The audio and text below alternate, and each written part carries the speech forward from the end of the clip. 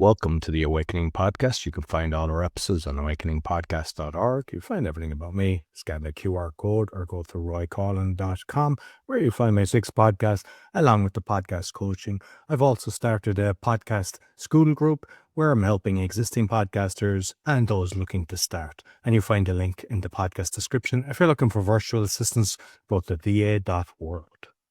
My guest is a German-born and raised inventor, entrepreneur, public speaker, life and health coach, a management consultant, and author. He spent most of his time in the past 45 years between his own companies in Germany, Taiwan, mainland China, and Hong Kong. Nowadays, his headquarters is still in Germany, while his co-office is in Florida, which he is today. So please welcome Norbert Heuser. Thanks a lot for having me. It's a pleasure to be with you for the first time. And it feels like I'm meeting an old friend. So all is very cool here. Yeah, no, I mean, we've already had a nice conversation prior to recording. And, you've lived in Ireland, which is always nice to hear. So I suppose where I'd like to start is you're doing a lot of stuff because in the preparation, you've got a lot of different kind of, I don't know, the patents or the inventions and things like that. But what I found is there's always something happens in the person's life that leads them to go into the kind of health area or the wellness area or to make society better. I'd like to know your story, how you got into this. Well, I'm happy to give you a quick rundown.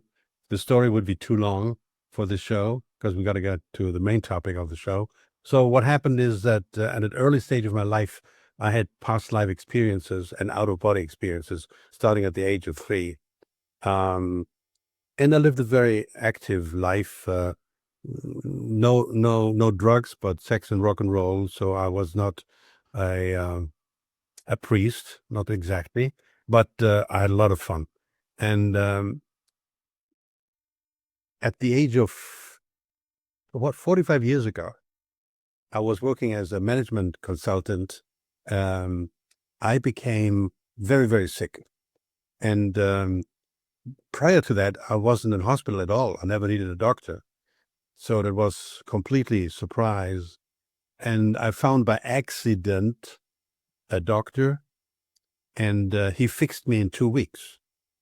And this doctor was specialized 45 years ago in food addiction, which nobody heard of 45 years ago. Food intolerance, food addiction, which are intertwined, but they're different.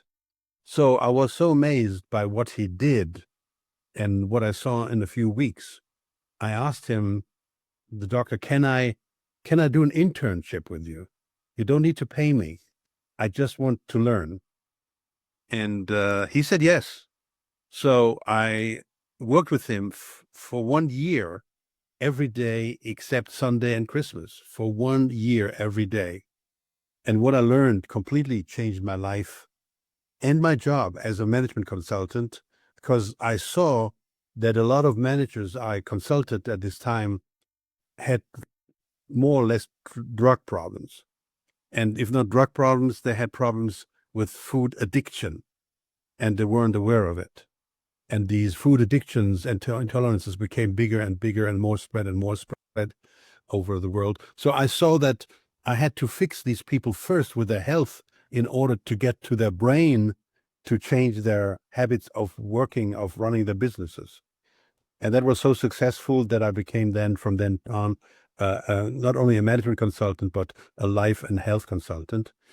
Then I started to study, to read, to study. I was fortunate enough to get with great people together who were willing to share their knowledge. And I kept asking questions. I kept asking questions till I came up with my first thesis, which completely was the directory of my future life until today, and which led me at the end of the day to write the book we're talking about today. So what I found out was what addiction is. You hear and see a lot of things about addiction. Fine. For me, addiction is a dependency stronger than your free will to say no. If you have a free will to say no to something, you're not addicted. But an addicted person has to follow the addiction. The addiction will dictate his life or parts of it. All right. Then I found out that you can be addicted, what I called then my thesis of 3 Ps, the letter Ps. You can be addicted to a product, which we all understand. It's like alcohol, or it's drugs, or it's whatever, you can be addicted to a product. And I found out that a lot of people are addicted to certain foods, but they're not aware of it. And be addicted to a food can have catastrophic consequences in your life and in your health. Then you can be addicted to another P, which is a procedure or process. You can be addicted to a procedure, which a lot of people first don't understand. How can I be addicted to a procedure? Well, if you think nowadays about cell phones addictions, internet addictions, which develop as addictions, people cannot live without it. Take for some people their phone away or their Wi-Fi away for a day or for a week, they go crazy. They can't live without it. I've seen children destroy their house when the parents took it away. Like, you see the recordings online in America. They just ransacked the house because the parent took the phone away, which is a serious addiction. Yes, yes. And the problem is, technically, this world cannot live without electromagnetic radiation, which you have in cell phones and Wi-Fi anymore. It's over. We need to have this in our society. Our society would collapse tomorrow totally if you would take it away from the daily procedure of work. Well, I have another show if you're ever interested in where I talk about these subjects. So the first P is you can be depending on the product. You can be depending on a procedure and the process. And if you think about procedure process, a lot of people have porn addiction. And there's a lot of stuff going on there. And the third addiction, P, is for a person. You can be addicted to a person. And these addictions usually end up in catastrophic divorces and what have you, and fighting over personal issues because they were addicted to each other, but not developed a loving, supportive relationship. But it was based on addiction. So I developed my thesis of the 3 type of addictions. Does it make sense, right to you? Absolutely, yes. Yeah. So then I've developed my next thesis, which is, besides the addiction of these 3 Ps, which people could have a look at and make a copy or look back again and work with it and think with it, and you'll find out. Okay. And we'll talk today about addiction of the product, which is called caffeine. Then I got my next thesis, which is, very surprisingly perhaps, was for me anyway when I developed it. I was proud when I developed it because it works. Every time you have a strong craving for something or somebody, a strong craving is always a proof of addiction. A strong craving. Not like something, that's different. But the craving. I mean, people wake up in the morning and need to have a coffee first, or a cigarette, or even some people, some alcohol, whatever, to get going, right? It's a strong craving. I mean, I never met somebody who has a strong craving in the morning for a salad, right? I got to have a salad. Otherwise, I'm getting nervous. I need a salad now. And when you look at commercials, 99% of all commercials which are consumed through your mouth are all addictive. These people are not stupid. When they spend 10 million on an advertising for a product and it's addictive, once the people started to consume this product, the majority will stick to it. And they have a customer for life, or should I say they have a victim for life. So what is there goes through your mouth addictive? Alcohol, tobacco products, pharmaceutical products. You can be addicted to pharmaceutical products. Sweets, the sugar, fast food, all addictive products. Once you start to consume them, you can't stop. Everybody has experienced, you're watching TV at nighttime, you have a bar of chocolate there. Before the show is over, the chocolate is gone. Once you started it, and I'm saying on the book cover of my book, for me, the widest spread drugs in the world is caffeine and sugar. The problem is they're both legally okay. They're accepted. They're not illegal. That makes them especially dangerous because there's no limitations. There's no laws. And you'll see today some examples. All right. So this is the basic. We're asking the question about me, my life. How do I get to it? So how did I got to that? And the fun part is our title today is, are you addicted to caffeine and you may be not aware of it? Right. The book title officially say every coffee drinker is a drug addict. Of course, people freak out to drink coffee. I'm not an addict. We'll talk about this in a minute and you'll find out. So this is how I came along with this. In all my life, I never drank coffee. Never, ever. But I loved the smell of fresh grinded coffee. I loved it, right? But I never drank coffee. And I gave for the last 15 years some 200 workshops, seminars, talk shows. And I always warn people, hey, stay away from caffeine, stay away from coffee. It's bad for you, right? But I never drank it. And typically the things I talk about in my seminars, I experienced myself or with somebody close to me or with some of my clients I consulted. So I saw what happens. And I realized that I work with alcoholics. So an alcoholic drinks today because it's raining cats and dogs and says, what a shitty weather. I got to have some fun and drink some alcohol. Tomorrow, the sun is shining bright. The same person says, well, what a beautiful day. The sun is shining. We've got to celebrate. Let's have a glass, right? They always have a justification. And I explain in my book the details of everything I'm talking today. In the book, a lot of details and explanation. So they have a justification. And we'll get to this in a minute now. But besides having the justification, I can tell you from my life experience that every alcoholic, the next day, he swears, by God, I will never drink again. And the person believes it. He really believes that he will never drink again. But then the addiction kicks in, as I said, stronger than your free will, right?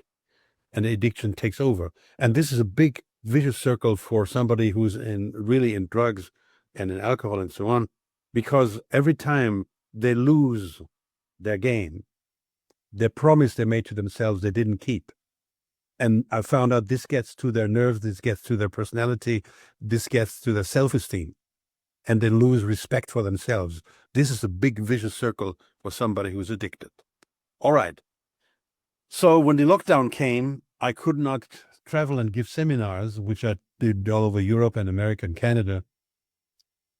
I said, okay, the time is right for me to make a self-test. So I turned myself voluntarily into a coffee addict. What I did was I said, okay, I'm going to drink now for 30 days, every day 1 cup, and see what happens. After 30 days, I'll stop. The first days I was suffering a lot because coffee is very acidic, and you realize it only at the very beginning when you start to drink coffee.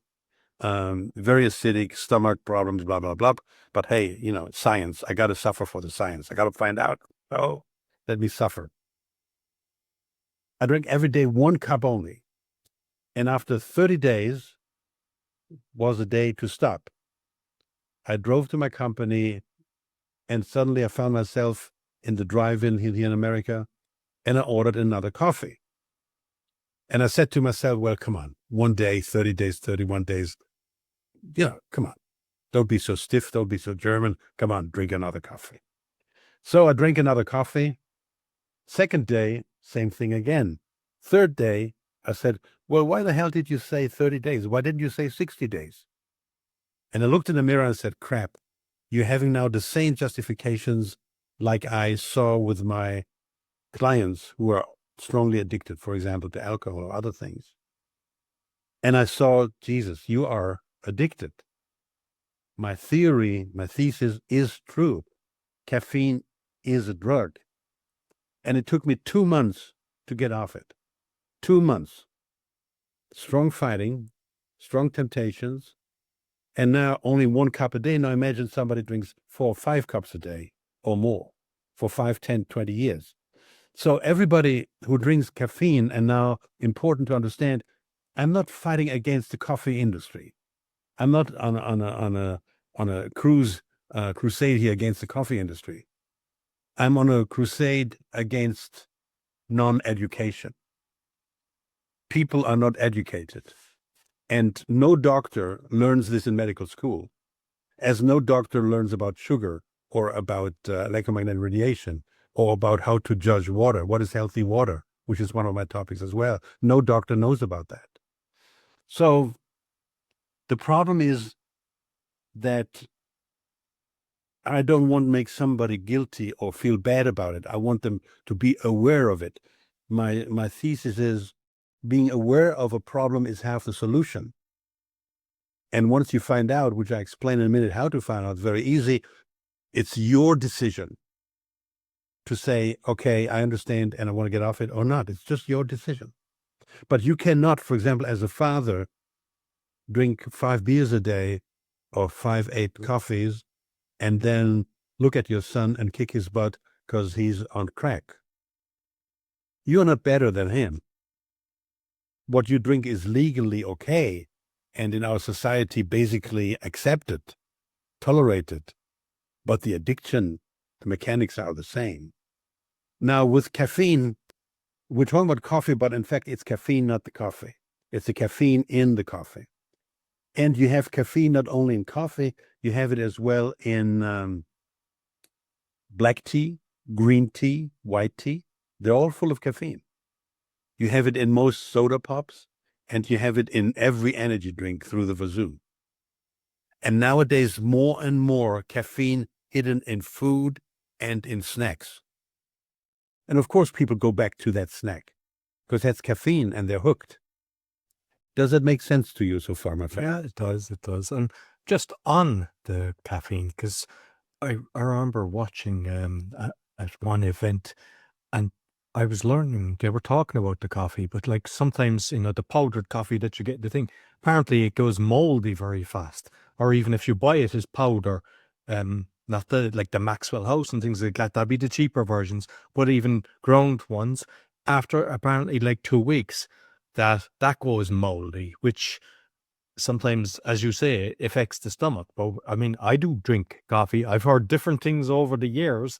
What I actually have in the morning is I grind it, freshly grind it, but I do it with a lemon. I squeeze a full lemon and I have a lemon coffee, I call it.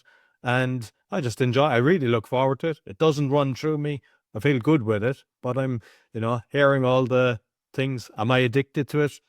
Not sure, because there's been times where I might drink coffee for a few years and then go back, but over the last few years, lemon coffee is definitely my kind of first thing that I'm doing. Well, I must tell you, you're the first person in my life I meet who drinks lemon coffee. That's only possible that an Irishman invents that. Well, meanwhile, I say this here about our society, We are a coffee-addicted, caffeine-addicted society. As I said, sugar and caffeine are the widest spread drugs in this world.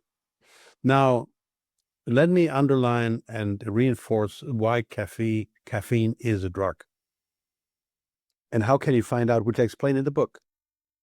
It's very simple.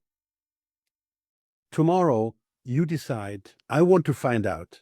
It's all about you finding out. It's not about me blaming. I just give you the tools, the information. All right. You say tomorrow, I'll stop now, tomorrow, to avoid any caffeine, which includes black tea, green tea, white tea, soda pops, energy drinks, coffee. You avoid it. You stop. And I would say that 95 to 99% of all people who listen now and would do that self-test, which I call your self-test, it's for you to find out. You will have within 1 day, 2 days, whatever, strong withdrawal symptoms. You get jittery, you become more moody, you become less mentally stable, perhaps physical as well. You wake up in the morning and say, I don't function, I need this thing now, right? You will find that your thoughts during the day, not having the caffeine, this picture of caffeine comes up in your mind more often than your girlfriend. you will think about caffeine a lot of times. And you see how the craving kicks in. And you see the withdrawal symptoms. Again, 95% or more of people will experience exactly that. I met only a few people who changed cold turkey and were fine. Very few. The majority cannot, which means you go back to caffeine within, let's say, 3 days. I don't think you can survive a week. Most likely only 2-3 days. And you go back, which is nothing else for yourself to prove that you are addicted. That's what I'm going for. I want you to find out, to be aware, because we're talking about health consequences very soon now, and to be aware why this is being so bad, right? Okay. So does that make sense, Roy? No, it doesn't. I mean, like what I do actually is, because I remember I had somebody on about grey drinking, because you talked about, and a lot of people have drinking problems. And sometimes being Irish, you might have a whiskey or whatever. I never get drunk, and just recently I went off it for 6 weeks just because I said, I want to make sure I'm in control of everything. Didn't get withdrawal symptoms or anything like that. And I'm sure I could do it with the coffee as well. But I know that some people within a day, I mean, I don't take the sugar with it. I think maybe the sugar hit is another thing that people get. And I suppose if we look at like your picture, I mean, most people don't realize, but because they go to Starbucks, they get their takeaway coffee. A lot of times there's plastic inside in that. So they're actually getting not only the caffeine, but they're getting plastics as well that's leaching into it from the hot drink. Yeah, yeah. Now, I must quickly, I try to be quick because the book explains it all in details, but the concept, God has given us emergency programs. And the biggest emergency program we have is stress. Now you would say, what the hell has stress to do with caffeine and coffee? Well, a hell lot, which I explain now. 20,000 years ago, when you were facing a saber-toothed tiger, it scared the crap out of you. Of course, you were afraid of dying, which is normal. Other influences in your life which scared you to death. In this situation, God has designed, whoever it was, an emergency program. You had to fight the tiger or run like crazy. Either one. And for either solution, you needed enormous power, more than your body would normally give to you. What you would normally have, you don't have that much. So in this moment, the adrenaline glands, these adrenaline glands, which sit on top of your kidneys, these adrenaline glands produce adrenaline through the roof. Now, we need to know that every person needs a normal, healthy level of adrenaline. We need that.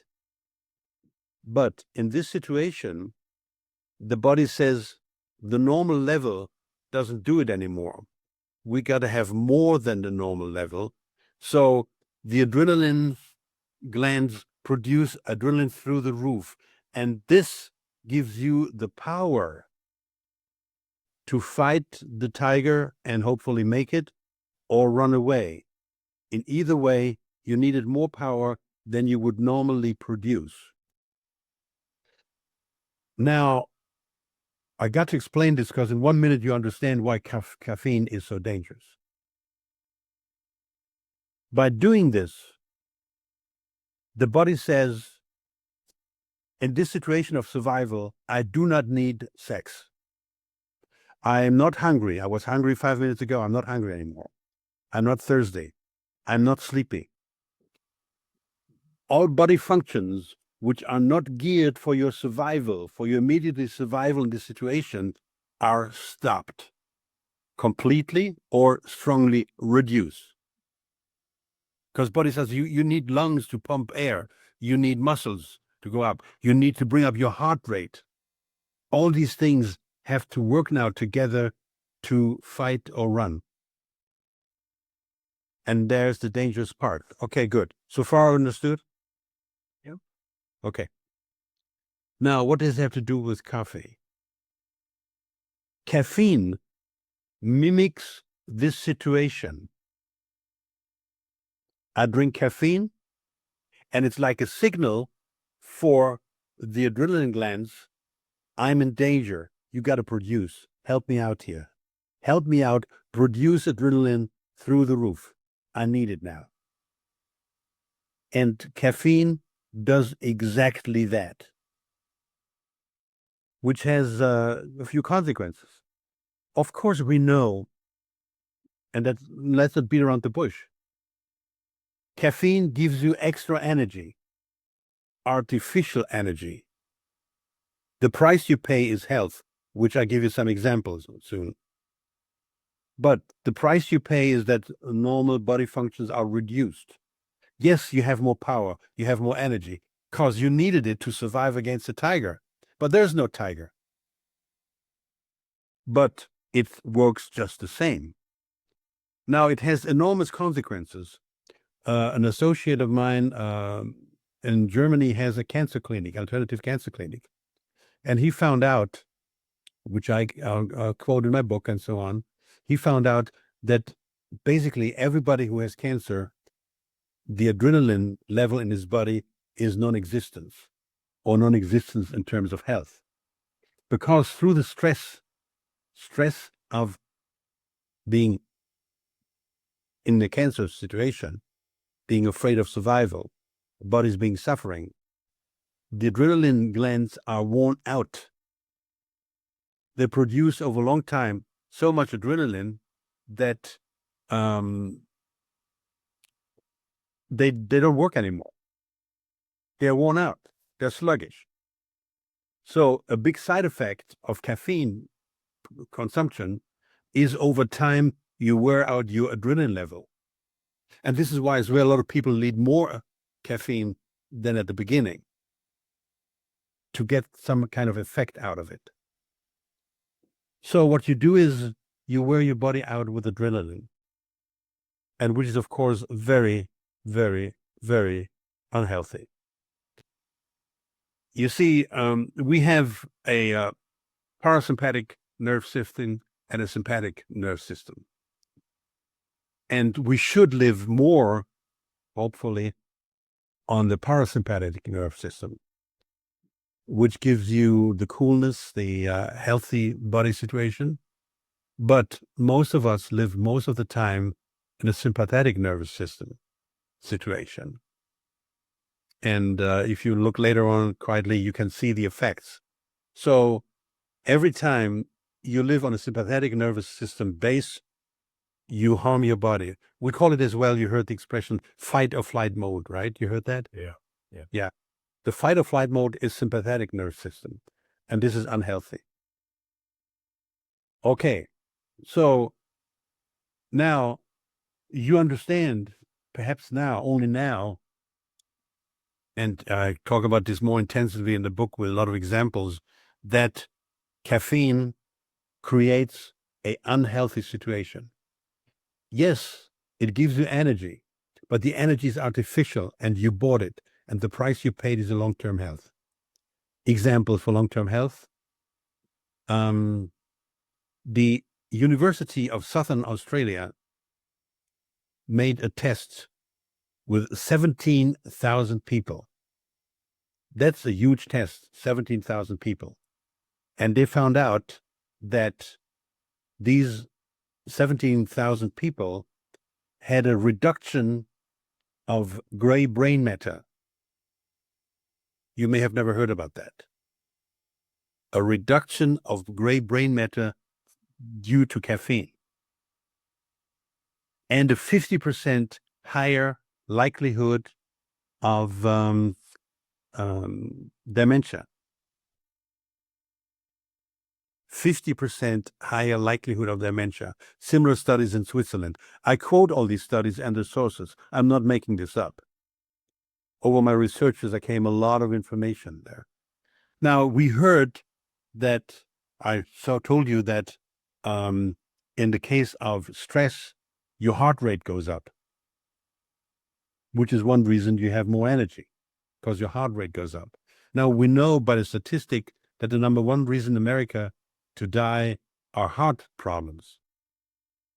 So you think that caffeine supports your heart problems or stops them? Stuff. Okay. So another information to know is that caffeine, a lot of people have a misconcept about caffeine intensity level of caffeine in the cafe. So here's some statistics which I have in the book, of course, the caffeine concentration. Caffeine filtered coffee, you see different coffees and how much caffeine is in the coffee. And it's quite different. And some people have a complete misunderstanding which coffee is less harmful or more harmful. And of course, there's this myth about caffeine. Decaf coffee has no caffeine, which is not true. Decaf coffee has caffeine as well. Less, but enough to get the circle going. Now, there is something is called acidity. Basically, we're all too acidic. Here is an acidic level. We should have the pH called pH. 7.5 is neutral. Above is alkaline. Below is acidic. Now, every time we drink something or eat something too acidic or too alkaline, the body has to compensate under stress, again, under stress. And here is the acidity for coffee. Coffee is 100 to 1,000 times too acidic. 100 to 1,000 times too acidic, which is catastrophic. We know that acidity is a main cause for illness. And you may say, well, what the hell? If something is 7.5, let's say you drink water with 7.5, and I drink water with 6.5 pH. It's just one number. You say, what the hell? It's just one number. Yes, but it's what I call a logarithmic scale. This one number means it's 10 times too acidic. And coffee is between 4.2 and 5.9 in acidity, which is 50,000 times. When I get approached by people as a life coach, they have cancer and blah, blah, blah, what to do. I cannot give medical advice. I'm not allowed to do that. But I can say what I would do. I would, if I have cancer, one of the things I do is I recommend is stop immediately to drink all acidic drinks immediately. And you see, if you go down there, you see pH 2.5, right? 100,000 times too acidic. You see that, Roy? Yeah. Now you say, who's so stupid to drink something which is 100,000 times too acidic for your body? Well, everybody who drinks Coca-Cola is so stupid. Coke products have typically a pH of 2.5, which is 100,000 times too acidic. So coffee is very acidic. And another piece of information for illness, if somebody has cancer, cancer thrives on acidity. The more acidity you give your body, the more sick the person becomes and cancer grows. Cancer feeds on acidity. It feeds on acidity. You nurture your cancer, and the same counts for sugar. You will increase your illness. You nurture your cancer with sugar and caffeine. Now, the next thing in health is, I want to give you some practical information, some practical tips there.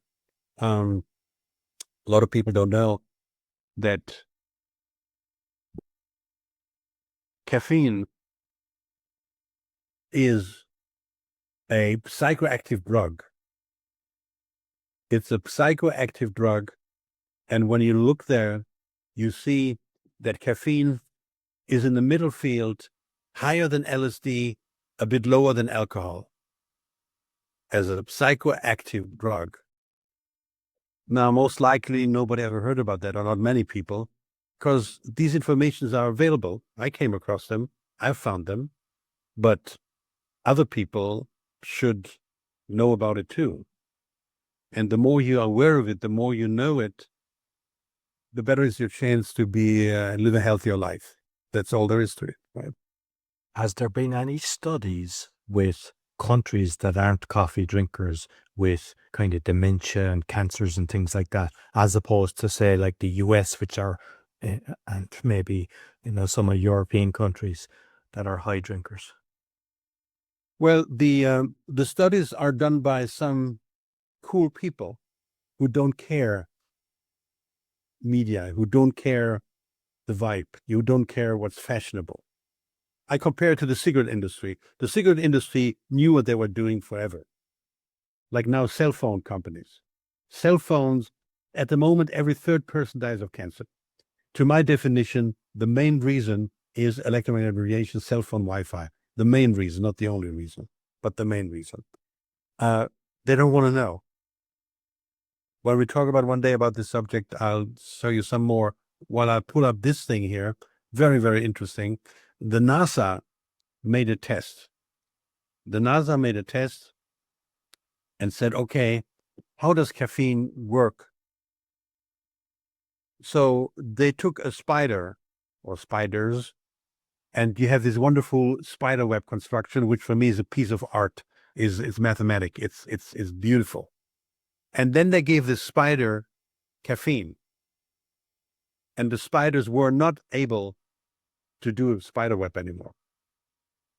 You see this before and after, which is obvious a big, big, big issue. It's a proof. And the spider doesn't watch CNN. The spider doesn't read newspaper, right? The spider doesn't know. It just reacts completely. Another topic is expecting mothers. Now, you may have heard that nowadays, in America especially, there's a lot of going on with Mr. Kennedy and autism, right? For me, caffeine is one possible reason for autism. Very simple. Everything a mother shares, everything a mother eats and drinks, she shares with the unborn baby. Now, if we look at the study that caffeine reduces up to 50% the gray brain matter, what do you expect does it do to a baby, unborn baby? And many mothers still drink coffee, which they shouldn't, but they still do. Or they drink soda pops. The doctor says, don't drink coffee.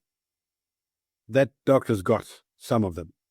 And let's say the mother follows that doctor advice, but the doctor didn't tell them no caffeine in so energy drinks and soda pops and green tea. Everybody thinks green tea is healthy. Yeah, in a certain way, yes, and in a certain way, no, because it has caffeine. So if a mother consumes caffeine during pregnancy, it gotta hurt the baby. The unborn baby gotta hurt it. And I call it the gateway for drugs. The baby is raised in the womb with a drug. And how big is the jump now once it's born, the leap to get to real drugs? And especially if children 2, 3, 4 years old, what do they eat? French fries and drink Coke products, soda pops, right? And there's caffeine again. So the baby was born in the womb after being raised with caffeine, and then gets into caffeine very soon again at the beginning of life. Then the bridge to harder drugs as a teenager is very easy, very simple, because the child is on a gateway to drugs. Now, the University of Santiago de Compostela in Spain, they found out that there's a correlation between maternal coffee intake and slower fetal growth and significantly lower birth weight. Caffeine can damage the unborn baby's cartilage tissue while it's developing in the womb. So they found that the higher the caffeine intake of a expectant mother, the lower the intelligence quotient of the child. Now, if you look at all these things, you think that caffeine is a good idea? What's strange there is I've never heard that about the baby. And I mean, I know now they've come out and they said Tylenol or paracetamol is what's causing it. Most people, including myself, think it's the increase in the jabs. But if we look at coffee, wasn't that much drunk, kind of like I was born in 72. And it wasn't like that up till it was around the 90s that you started getting all these coffee shops around, and then people started drinking it a lot more. I mean, is there a correlation? Because it's increased a lot, but I'm not sure then in places like Italy and stuff like that, because have they always been drinking the kind of shots and the coffee? Is that something that's been hundreds of years, or is it something new as well? I don't know. It's relatively new. Back in the 18th century, people couldn't afford coffee. Okay. Only some privileged people could afford coffee. In the 19th century, it started to become popular, especially under hardworking people. Having their coffee for breakfast, they found that it could work better. Okay. But nobody put a deeper thought in it. An interesting thing is that the Olympic Committee put caffeine on their doping list in 1984. Interesting. Okay. Then suddenly on a Monday morning in 2004, they said, oh, we are reconsidering this. I think caffeine is not a doping product. Come on, give me a break. To my opinion, what has happened that the industry, caffeine industry, all the soda pop industry, energy drinks went after them. We cannot sell our energy drinks if you keep having it on the doping list, because every sportsman being caught with a certain level will be banned from the competition, right? So these are things which are happening. And on top of that, now, on top of it, the majority of caffeine in soda pops, in non-coffee, are artificial caffeines, what I call plastic caffeines, not even a natural caffeine, because they cannot produce that much natural caffeine to fill all these millions, trillions of soda pop drinks. It's impossible to do that. Now, the last thing you want to do is to ask a regular doctor. A regular doctor, has no idea about this, okay? And I give you here my opinion about doctors, which I always give my opinion about doctors. 95% of all medical doctors are a disgrace. They cannot think holistic. They have no idea what they're talking about.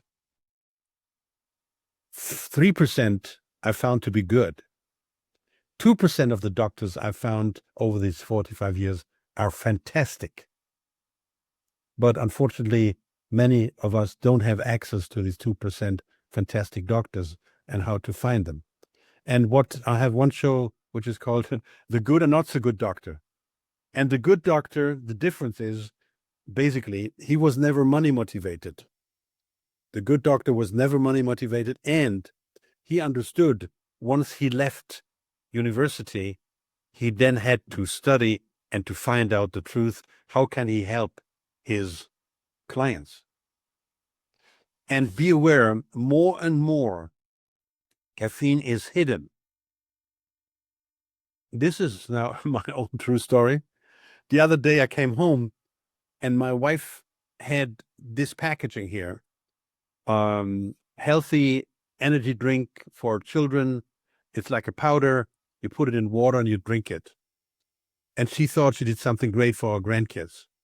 Okay, I understand. She thought she did something great for our grandkids.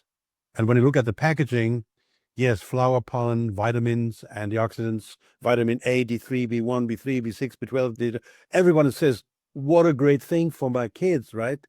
All it says is there, but they did not look at the backside of the packaging, where it suddenly says caffeine, 75 milligram per serving, per drink, which is a regular coffee volume, right? And you don't look at that. More and more caffeine you have in chewing gum, in all kinds of products. Now, what you said before about the situation that the industry, don't forget one thing. Coffee is a huge business, and it's not coffee anymore. It's not about a cup of coffee anymore. There's a culture there. Espresso, cappuccino, different cup sizes, cafe latte, and the grinder and the coffee machine. There's an industry around it. And it's not only the drink anymore, it's as well the culture. You have these beautiful cups.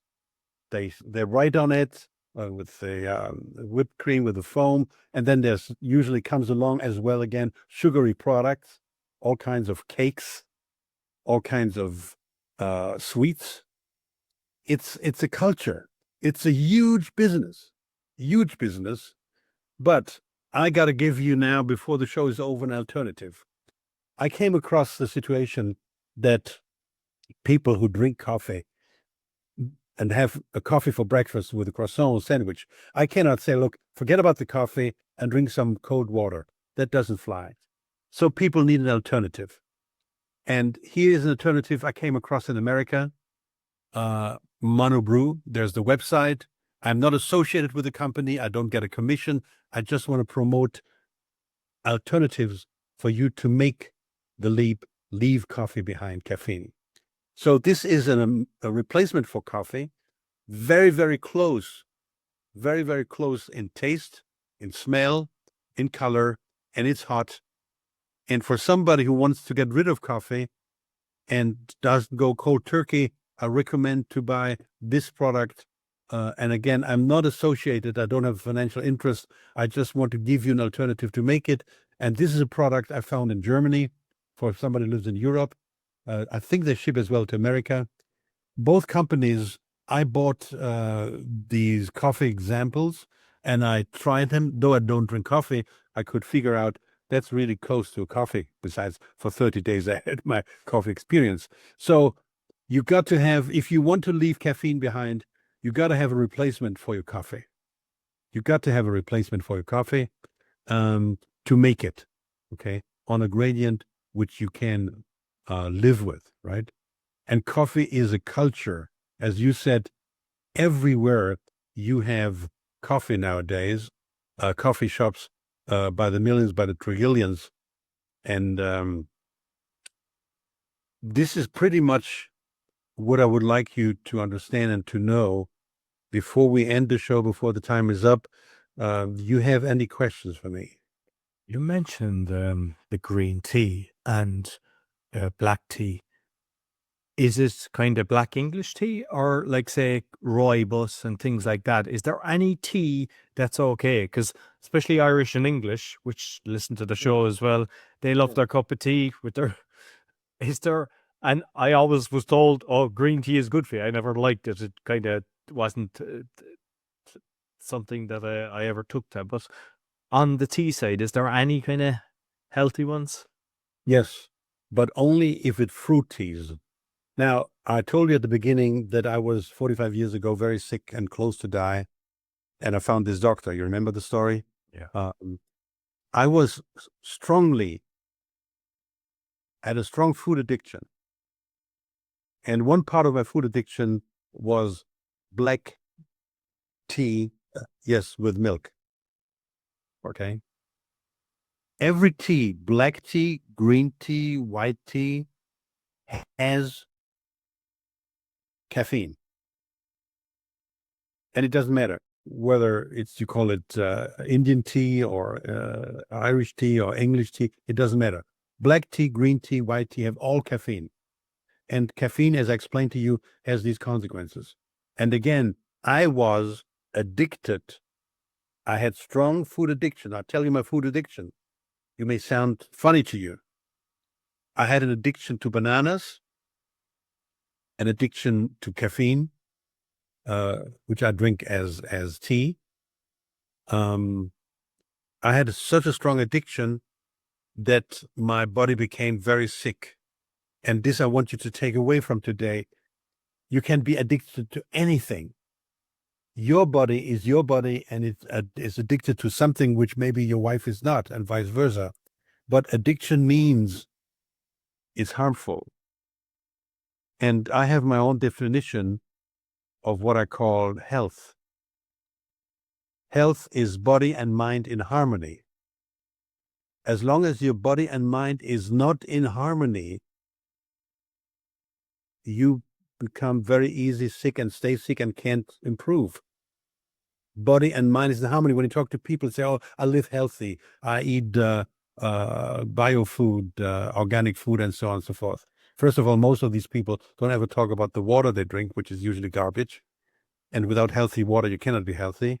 And they don't talk about their mindset.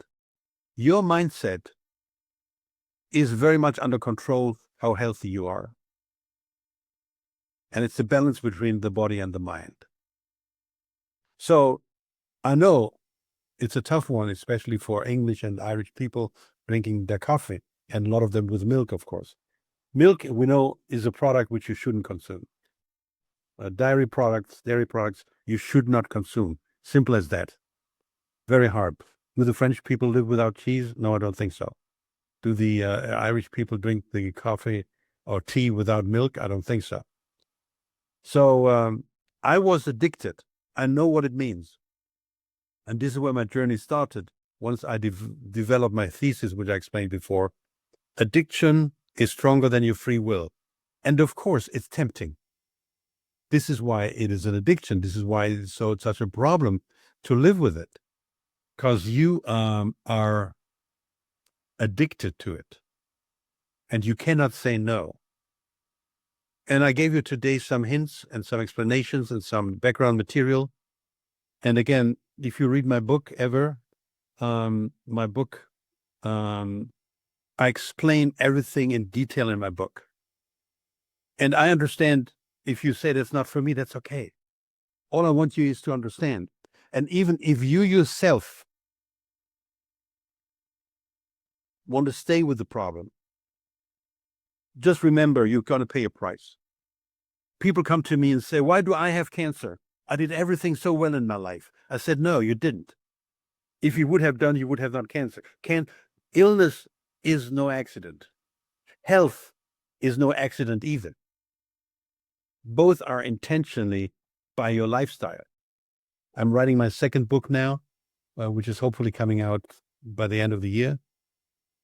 And the second book is called "I Want to Die Healthy." A strange concept for some people, right?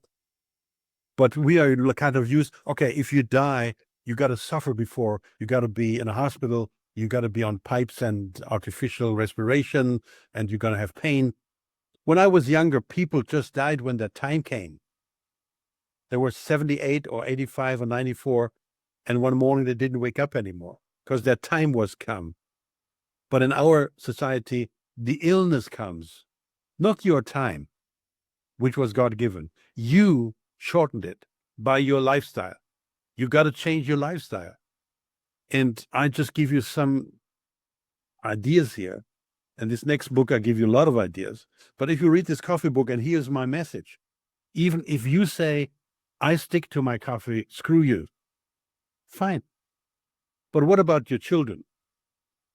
Don't you want to teach your children to live caffeine free, to live as much sugar free as possible?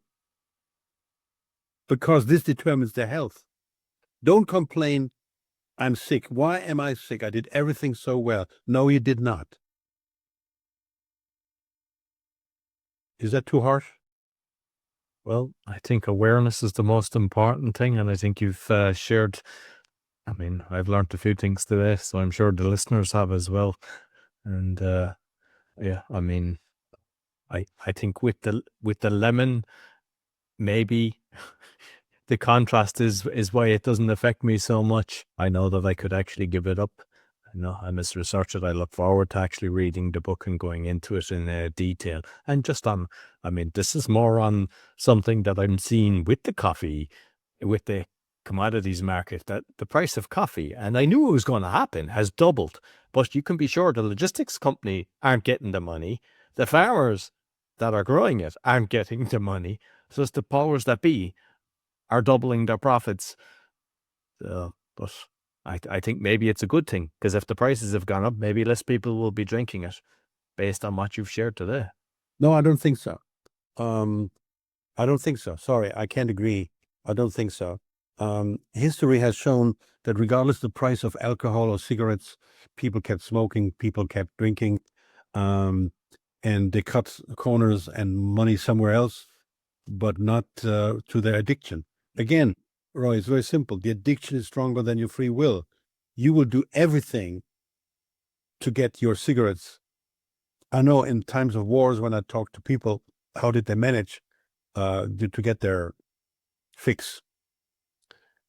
They suffered, but at the same time, they fought like crazy to get their addiction. So you cannot rationalize addiction. It doesn't work that way.